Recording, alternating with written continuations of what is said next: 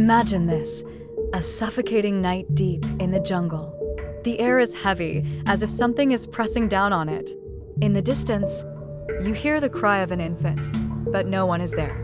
Suddenly, the scent of jasmine fills the air, sweet, overwhelming. And then you know, it's too late. Pontianak has come. Pontianak is a terrifying specter rooted in the folklore of Malaysia, Indonesia, and Singapore, the spirit of a woman who died while pregnant or during childbirth. Her death was violent, unjust, often marked by pain, loneliness, or betrayal. Instead of passing peacefully into the afterlife, the Pontianak refused to move on, returning to the world of the living with a rage stronger than death. This is no lost soul. This is a conscious being, driven by vengeance and hungry for suffering. She does not wander aimlessly. The Pontianak waits, in silence, in shadow, in the places where people think they're alone. Hidden behind trees, behind the walls of a house, on deserted roads, she waits for a moment of weakness.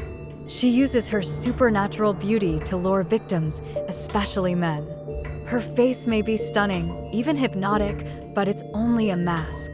Once you get close, it's already too late. She will rip you open and tear out your heart, literally. At first glance, she looks like an ordinary woman with long, black hair cascading over her shoulders and a white, often tattered dress that resembles a burial shroud. From a distance, she may even appear beautiful, almost ethereal, like a ghost from a romantic tale.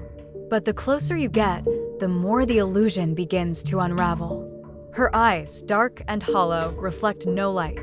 Her skin is pale as death, sometimes nearly translucent, and her fingers end in long, curved claws as sharp as daggers. Her lips are often stained with blood, a remnant of her last victim. Sometimes, she cradles an infant in her arms, pale, motionless, silent. Sometimes her arms are empty, but no less terrifying.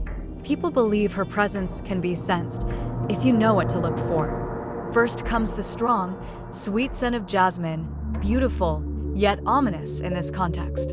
Then, you might hear a strange sound, a woman's laughter, unnaturally loud and hollow, or a scream that cuts through the night. At times, you may hear a baby crying, seemingly innocent, but coming from nowhere. When all of this begins to happen, it may already be too late.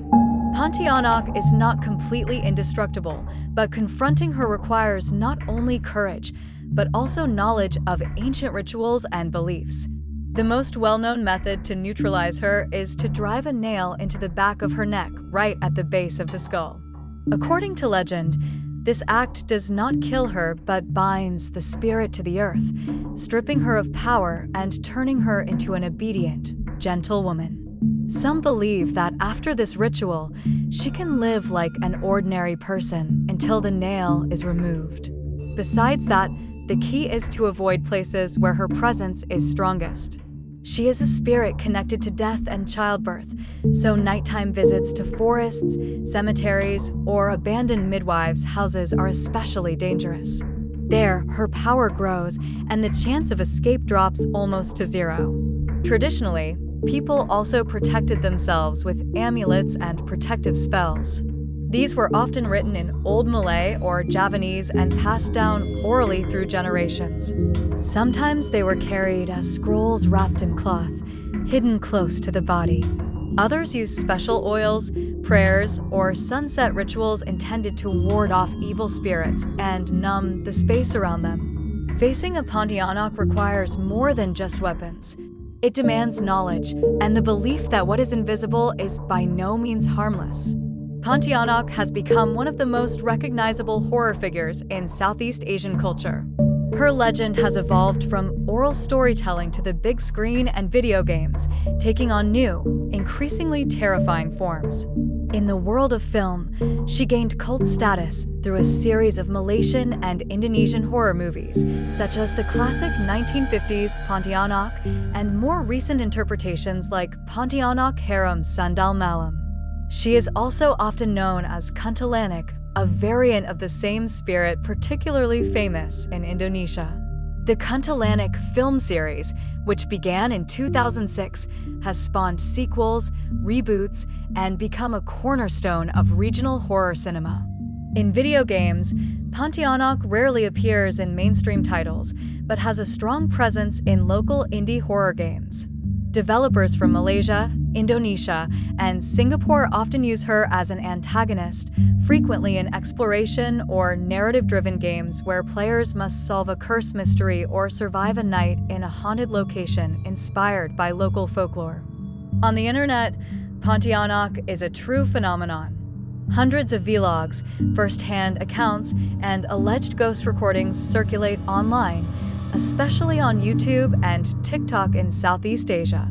Creepypastas, paranormal blogs, night expedition reports, and audio recordings all weave a dark web that continuously fuels fear of this apparition. Pontianak has become not only a figure from myth, but also an icon of modern horror, a living legend evolving alongside technology and culture. And you? Would you dare to walk through the forest at night, hearing a baby's cry? Do you trust the scents that appear out of nowhere? And most importantly, do you believe that anger after death can take form? Let me know in the comments. If you enjoy dark tales from around the world, subscribe and hit the bell. We'll be back soon with another legend, even more terrifying.